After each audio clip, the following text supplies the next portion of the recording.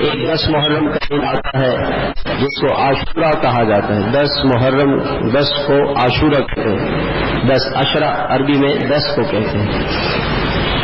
10 محرم کا دن اسلام کی تاریخ میں ایک عظیم الشان دن ہے. لوگ یہ سمجھتے ہیں کہ حضرت حسین کی شہادت کی وجہ سے یہ دن عظمت والا ہے. یہ دن پہلے سے عظمت میں چلا آ رہا ہے. ہاں، اس عظیم الشان دن کو 4 چاند لگے حضرت حسین رضی اللہ عنہ کی شہادت سے، اور وہ واقعہ پیش آیا کربلا کا. 10 محرم کو حضرت آدم علیہ السلام کی توبہ کو اللہ نے قبول کیا.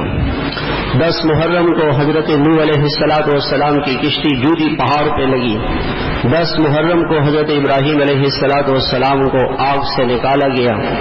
10 محرم کو حضرت یونس علیہ السلام کو مچھلی نے پیٹ سے باہر، دریا سے باہر نکالا.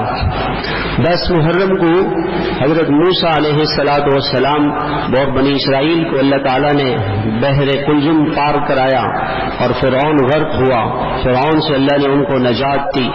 بہت سے ایسے واقعات پیش آئے اس 10 محرم کو. اس لیے 10 محرم اسلام میں پہلے سے عظمت والا تھا. 10 محرم کو مکہ مکرمہ کے لوگ تقریب کعبہ کی رونمائی، ان کے کعبہ مکرمہ کے جو غلاف تھا اس کو تبدیل کرتے تھے 10 محرم کو. اور 10 محرم کا روزہ پہلے فرض تھا. پہلے 10 محرم کا روزہ فرض تھا، پھر اللہ تعالیٰ نے وہ روزہ نفل کر دیا اور رمضان کے روزے اللہ تعالیٰ نے فرض قرار دیے. تو یہ محرم کا دن 10 محرم کا پہلے سے ایک عظمت والا دن چلا آ رہا ہے.